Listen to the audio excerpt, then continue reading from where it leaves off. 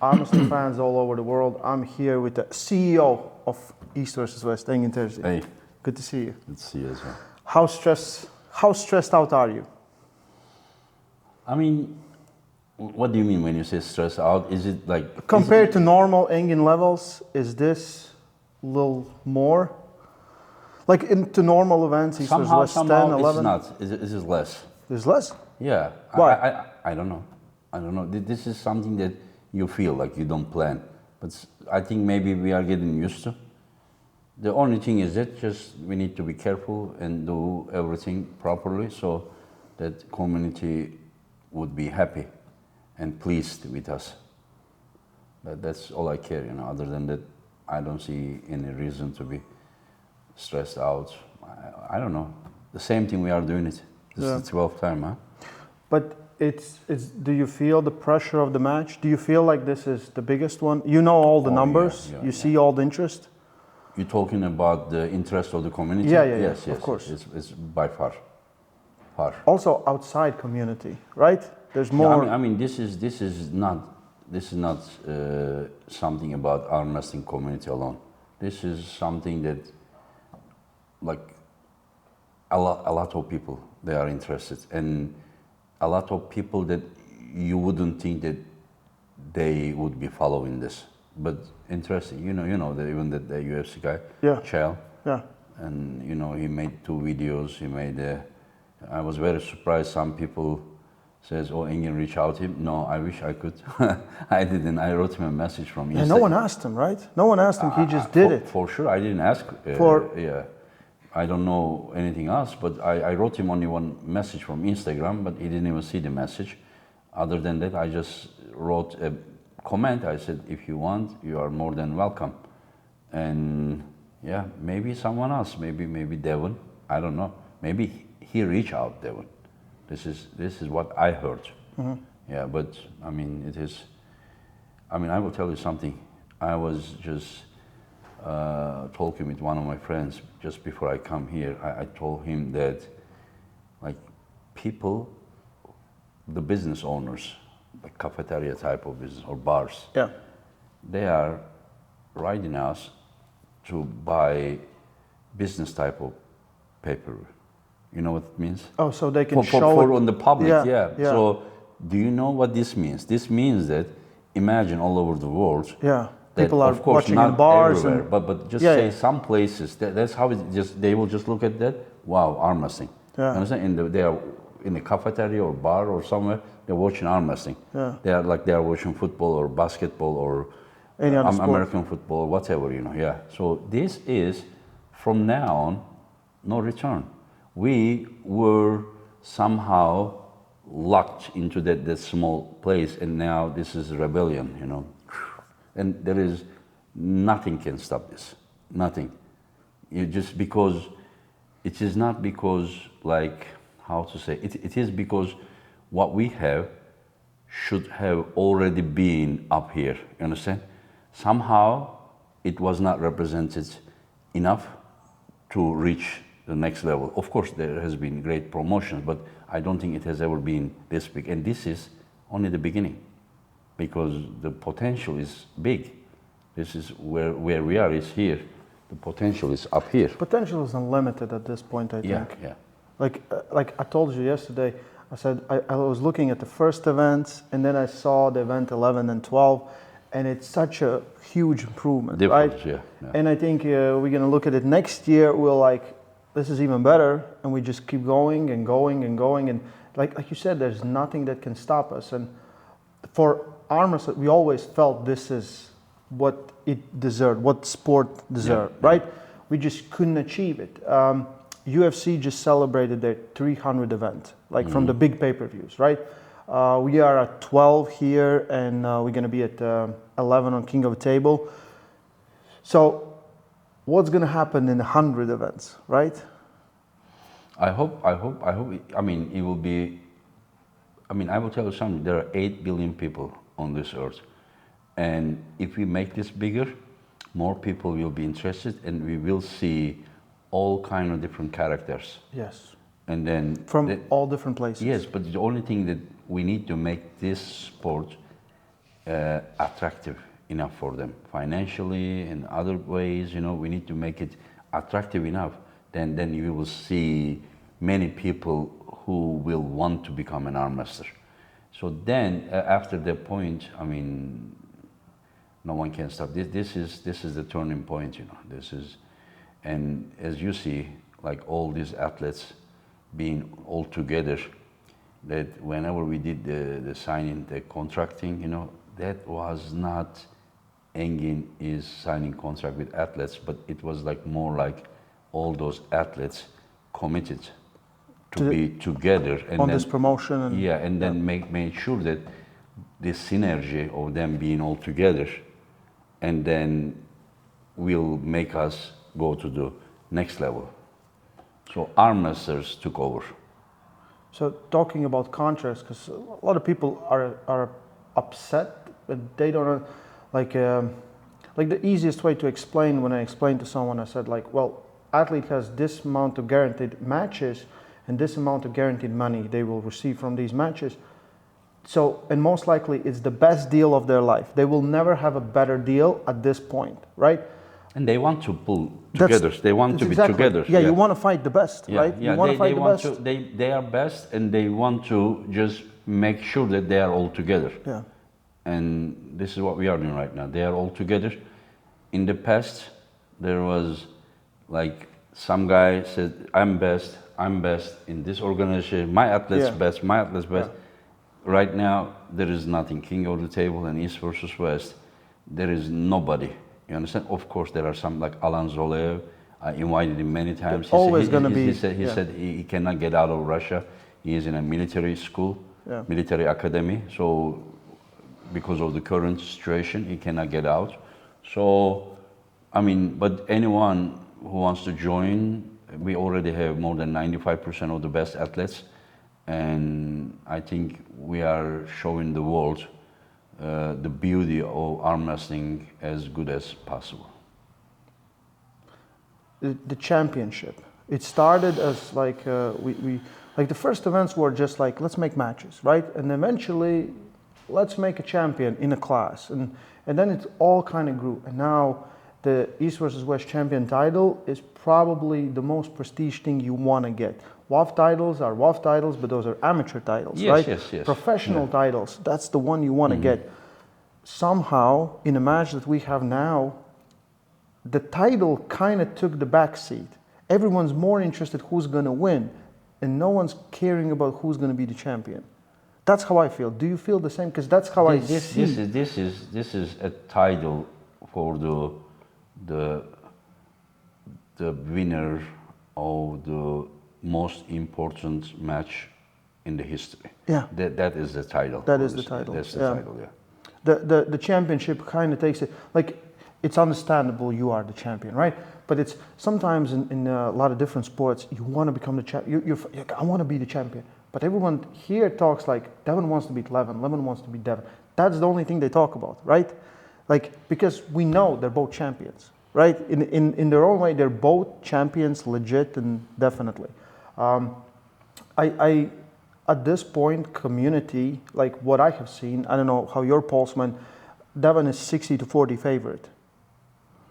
Yeah, 55-45, 60-40, yeah. But I remember the last time near the event, it was the same. Yeah. I think that after a point, the things are getting mixed. Like, who is your favorite arm wrestler, or who you do you want to win, type of thing. I'm not saying that they don't think Devin is gonna win, but I will say that I made a poll. Like, what is Devin's chance? I said, like 20%, 40%, 60%, 80%, things like that. Yeah. So the possibilities that was more than 50% total, it was 37%. But whenever I made the poll, who is winning, Devin or not, it was 57%. That's who they want to see as a winner. So like, you understand, they see the chance less than 50, more than 50, only 37%. But whenever they say who is winning, and it says 57%. So even the guy who thinks 40%, he thinks that, you know, he should vote for Devin. And it is, listen, I don't know, after their first match, I don't see that it is fair to Levon to say that Devon is the favorite, but that the underdog is not so big. It's like 50, The gap is small. Yeah, 53, 47, slightly favored type. And people now, when we did the left arm match in the VIP vehicle, just people also misses something that Devon just came from 26 hours of flight. He entered the hotel, he left his bag, and then we went to dinner. Yeah. And that match happened when we are going dinner. Yeah. So 7-hour time difference, jet lag, and 26 hours flight because of I mean, normally I buy him direct flight from there, but this time Jody says, let me buy the tickets. So they came to Germany, and from Germany to here, they said that it was 26 hours. So what I just say, I talked with Levon, and Levon said, if I would want to go sideways, I would lose my wrist because his wrist was barely holding. And so I made a video and people disagreed strongly, some people of course. That's why you deleted the video? Yeah, because I saw nonsense, you know, just like people are just, I tried to explain to them some things, but like Levon that was in Florida was out of shape. I don't think he was even taking vitamin C then, you understand? And 5 months, no training right arm, no training left arm. And from that point to this point, now he became a monster in the last 6 months. And that left arm was not the dominant. People said that he couldn't lay. You can move at least this much, you understand? Like you don't need to lay down. And also, top roller is more disadvantaged in position when he's sitting because you can't lower yourself. You understand? You are sitting, you cannot lower, you know. But side, you don't need to lower anything. Of course, there was the side of the car and everything. But what I saw, I also asked Levon, like, how was it? He said he was very strong. You know, his pronator was very strong. So what I just say, if somehow that is the position of the match, but again, I'm reminding 26 hours of flight, 7-hour jet lag. And so Levon came from Tbilisi, it's like 1 hour time difference and 2 hours flight. So I kind of think that I was expecting with left arm Levon to be just not to even feel him, you know, because Devon doesn't train with left arm. While just look at Levon when you do the interview, his right arm, left arm, just little difference, and he does the barbell curls, he does the pull-ups, everything, you know, and he's not like out of shape or something with left arm. So I don't know how you see the match, but just I mean, I'm confused. A lot of things I need to consider, you know. I was looking at them yesterday and I saw that Levon was very relaxed. He doesn't want to engage. He doesn't want to, like, he wants just to stay. But Devon is always in the. Yeah, I saw it. You saw what he shared? Yeah. Those were what I was like. What's that on the chin? He's like, it's nothing. I was like, we know what that is. But I think his approach is very, very relaxed. Devon he's going to fight the battles as much as he can all the time, right? Yeah. The small things, if he finds to pull on something, he'll pull those strings.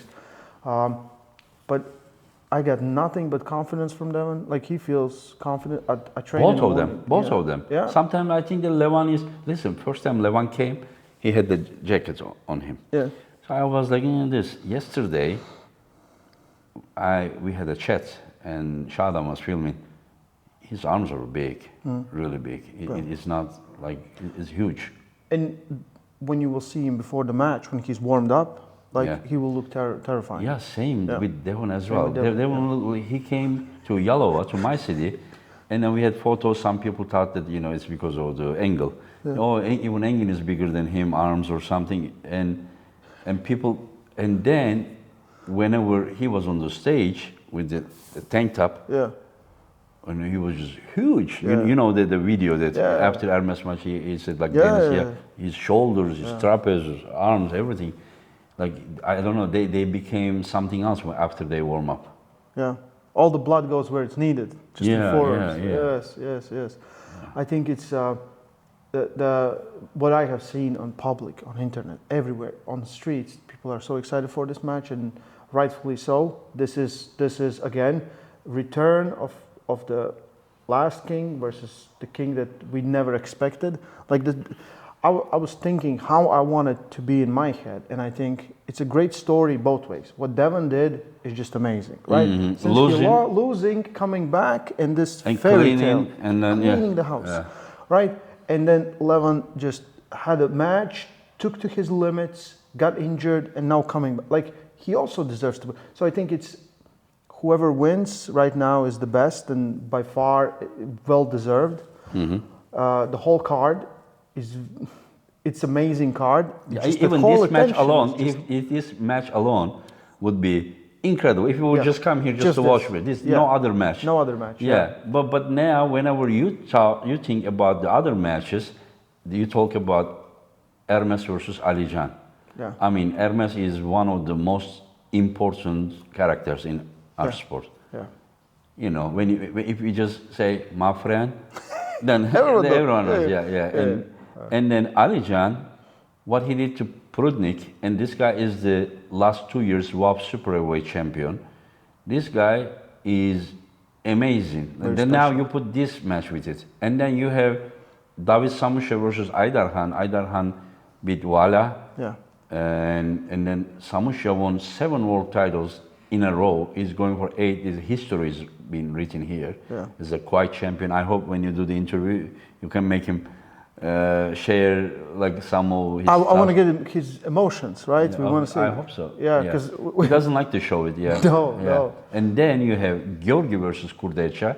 Yeah. If you know about arm wrestling, you know this is one of the matches that messes your brain. You know, like okay, what's happening here? Arm wrestling match doesn't work there. It's so hard, right? Yeah. Because that's the big mystery one. We have rematch Sasha versus Irakli. Oh, it's a huge historical match. Huge, yeah. Like you can just have that match, have another story with it, and then you are having now 2 very famous athletes, Schoolboy and Leonidas. Yeah. And then that is also an incredible match. You have, I mean, like even one of the beginner matches, like my favorite match. No disrespect, but it is the 3rd match of the event, which is Nugo versus Petro Marharin. Nuzgari versus Petro match is, to me, like, I look at from the perspective of, like, popular, you know, subject, yeah. But whenever I look at from pure arm wrestling perspective, like, I'm just thinking, this Nuzgari, Krasimir tried to hook him. He took Krasimir's wrist in strap, like nothing, you know, while nobody could topple Marharin. So what's going to happen there? And now we know that Nuzgari is on his way to different paths to professional arm wrestling. So but I don't know what's going to happen, but he was so I hope confident. To see them. When I talked with him, he had like. Where did you talk with him? Oh, you mean the interview? His confidence was higher than anyone. Okay. How was it? Tell us. He was like, I'm sorry, Pat. He was poking him all the time. He's like, you're gonna lose. It's fine that you lose. It's not a problem. We found another character, huh? Yeah.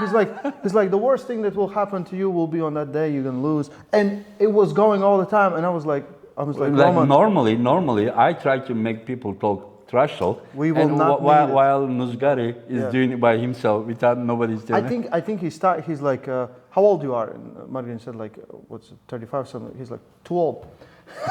Are you serious? Yeah. I was experiencing something I never experienced before. I was like, what's going on? That's good. That's incredible. And there's Fia versus Nikisheva, which is a great female match, right? Yeah. The card is absolutely just amazing. And this event and every event we say we can make it better. Like this one is hard to top because right now there is Levon and Devon. Levon is the strongest arm wrestler I have ever seen, while Devon is one of the, like John Burzing is the GOAT, but after John Burzing, if you want to talk about other athletes, for sure, probably the first name to mention. and most famous Yeah. arm wrestler, biggest I don't know I following. say Devon is a GOAT in arm wrestling. He's the greatest arm wrestling superstar we had ever had. He's the greatest arm wrestling superstar. John is the greatest athlete we have ever seen in arm wrestling. But like you know what, like superstar comes with different responsibilities. And what had Devon done, like John, Devon is like more like McGregor, while John is like more Habib. yeah, you could say that. You could say that. And then we have John Jones in Levin. Okay, Right? yeah, Yeah, we go back to UFC all the time. But I'll tell you, like every time we talk about this and they say we can make it better, and we do, my favorite event is East vs. West 11. If I have to think about, because I think the matches were amazing, Yeah, the card was great, I will tell you but something. people's interest wasn't there. But I was like, this is the best one ever, by far. Yeah, but somehow that is why we need to share more and more with the rest of the world about the details of arm wrestling, so that we will have as More many as understanding, arm yeah. wrestling fan as Devon fans and the arm wrestler fan. Yeah. So because that's beauty. Like, you ever watch football, soccer? Yeah. See, your national team or my national team may not be at the World Cup, but you know that a lot of people still watch it. Yes. Because there are all the superstars there. Yeah, that is true. I will watch it, and I'm not really into it. I'll watch it. Yeah. I'll watch basketball or some other.